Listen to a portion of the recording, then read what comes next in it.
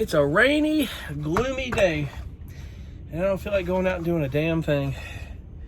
But it's a good day for a project, and I have a good one here. That I do. So I'm going to, this is kind of part one of what I'm doing. I'm kind of going to show you what I'm doing here. What I'm trying to do will be great for any of you composers, musicians that record, who travel in an RV or an RV van. And I'm going to get to what my plans are here real soon about what I want to do. In fact, I'm probably going to talk about it very shortly about, I love this RV, but I will probably, if I can speak correctly here, I will probably end up selling this and go to like a Class B, and I will probably build my own. And that's going to be the cool thing. It's part of the space that I'm doing here is building the space where it's ideal and everything is convertible, and that's the beauty of that. And if you've seen a lot of these videos of these guys that build their RVs from these ProMaster vans, and even the Sprinters, they are doing a lot of cool stuff with conversion of space. One guy to watch is a guy named Jared Tocci. Last name spelled Tocci. If you look him up on YouTube, he's got a great channel. He's doing videos comparing his Verse build that he did. He did a ProMaster. He lived in for 2 years. He lived in it in the Los Angeles area for a long time, and he just built a Sprinter out. He spent a lot more money in it, but he put what he wanted in it, and that's money he wanted to spend. Mine is going to be very logical. It's going to be very cool. It's going to be the reason why I'm doing what I'm doing is I'm getting the power system and what I want out of an RV. And I think what I'm so thankful of is someone gave me a quick piece of advice through all the research I did of RVing. And before I started this, I was trying to figure out whether I wanted to build or whether I wanted to buy one. So someone said, man, Chris, the best option for you, and this is probably the advice I give you, is if you're unsure and you've never RV'd before, which I never did prior to this, and I have to say I love it. I don't regret an ounce of it. It's so cool. And it's so cool to be able to stay and live wherever you want. It gives you options. Options most people don't even think about. They've never RV'd. So like I always say, don't knock it until you try it. Don't at all. But their advice was buy an RV before you build. And the reason being is that there's a good chance that RV is going to really show you what you really want out of an RV. Whether it's something in features that a different RV has, if you want to get another RV, or if you would rather decide you want to build. And I have gotten to a point that, I guess because of the experience, as we all do, in the adventure of it, I want to build one. I want to build a new RV, and I'm going to do it out of a ProMaster. So right now what I'm doing is getting some things tidied up and probably going to get it put on RV Trader. That'll come later, very soon here actually. So I'm looking at maybe Verse of the Year doing this. I know a lot of people would think building one in January is crazy, but it's not going to it gets cold here, but not like it does up north or anything. So I can do it, and the way I'm gonna build this thing, it's not gonna take me 6 months to do it. And I can hear people saying, man, no, you can't do it in a month, but I had the right help. I can do it. I'm very smart when it comes to that. I don't have a lot of experience in it, but we're gonna find out here real soon. I'll find out how crazy I am here real soon with that deal, so I'll talk more about that later. But anyway, what I wanted to talk about is something that I am doing for my music in my studio, because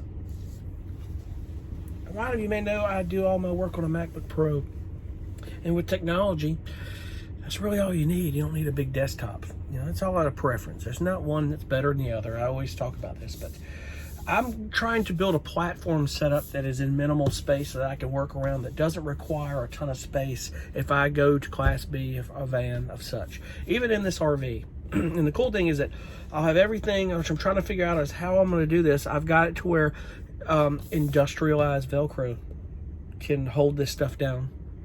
Or if I have to take, I don't have it around here, but it's over here. ratchet straps to hold it down, which this stuff isn't that heavy. I don't think I have to go into that, because the industrialized Velcro that I bought at Lowe's, this right here, says it holds up to 15 pounds. Yeah, 15 pounds right there. What do you know? This looks backwards here, but I promise you it's 15. But anyway, these studio monitors I have are not 15 pounds. You know, maybe for the both. My sound interface is not, you know. Some of this stuff, the biggest thing is you just don't want it moving around when you're driving. And that's a cool one. This thing, I will tell you what I intend on doing when I build is, and I learned this from another YouTube channel, it's so cool, is I'm not going to be building a lot of cabinets. I'll get my platform bed built and have a lot of storage. But once I get that in there, I'm going to know that I already have ways where I will use a system of plus nuts. If you don't know what plus nuts are, go to the channel, and I don't think they're doing much anymore, but they're called Captain Vantastic. When they built their second van, they did a little demonstration of plus nuts. These things are amazing. It takes about 1,300 pounds of pressure to get these things off. So in other words, anything I bolt down, they're not going anywhere. So, and it's pretty much how they build these RVs. They get the shelving and the fixtures in here, and then they put the wall around it. So that's pretty much how I'm gonna do it. We're gonna be a little smart. The insulation, as most, I've learned a whole lot about that. That is something I'll talk about more later. I will be going with wool or sheep fleece. There's a company in England that does fleece. Fleece is warm. If you know, man, I'm gonna tell you, I don't know what it is about fleece, but fleece blankets that keep you warm, and fleece jackets, I love them. That's all I wear. They're warm. I don't get snow where I'm at much anyway. It doesn't get as cold, but it gets cold. But anyway, let me show you this before I call this a moment here. I didn't want to get all long here and draw this out, but I'm going to get into a lot of the power stuff that I want to have an RV and talk about that on another video. I'm going to go through the reason why I'm selling an RV and I'm going to build. And when I break it down, you're going to understand exactly why. I'll break that down in another video. But anyway, I'm going to show you, this is a part one of this, and when I get it done, I will show a quick video of how it's ending up. Right here is just one of these little wooden shelves that you get at Lowe's. It's set on this table. I haven't bolted it. This thing moves. I'm not mounting it to this table, because if I'm selling this RV, I'm not doing that. But anyway, you see the board right there. But I'm just laying things out right now as to how this is going to go, and I hope I've got a good shot of this. There it is right there. It's my sound interface, hard drive. I've got my studio monitors, my laptop on laptop stand, and my keyboard. This is also going to be where I can switch out keyboards or interfaces, but I'm thinking the industrialized Velcro and some of this stuff to hold this. And really, it's going to hold it. These are not that heavy. These are amazing studio monitors, by the way. If you guys are composers, want to know, IK Multimedia did these iLoud speakers, and they're amazing. I had some really big Tonoi Reveals and some other studio monitors, and when I bought those things, I lined these up and compared them. Man, they rivaled. And I'll tell you who really got me to wanting to buy these, and I love them. I don't regret it one bit. Is a guy by the name of Warren Hart. He's a British guy. He's a producer. He's produced Aerosmith records, and he mixes with them. He loves them. And if he's using them, you can better believe that there's something to them. There really is.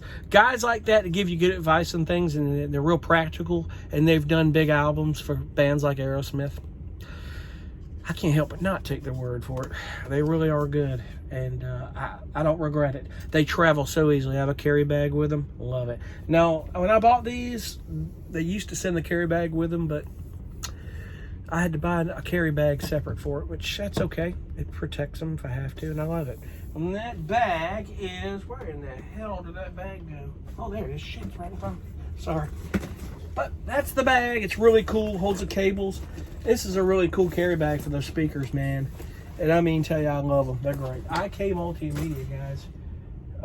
Some of these companies, but I'm going to do another video. I'm going to talk about the power system I'm looking to get. I'm waffling between a couple things. It's going to be real cool and practical.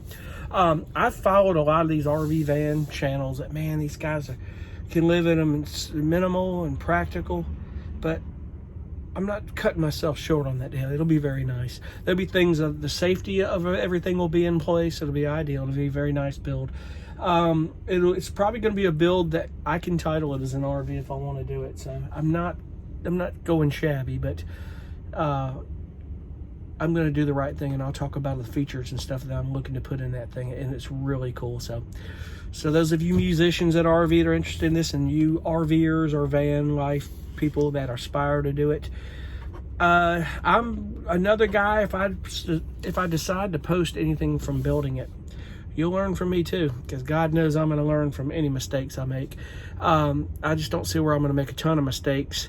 I'll make some, because I'm kind of doing what I want to do on that. Not, I'm not going to do really the norm of everybody else does. There'll be a couple of things that is practical because of storage and things that I'm looking for in it, but I'll cover all that. But anyway, I thought I'd touch on this. There'll be a part 2, and I'll show you the completion of all this.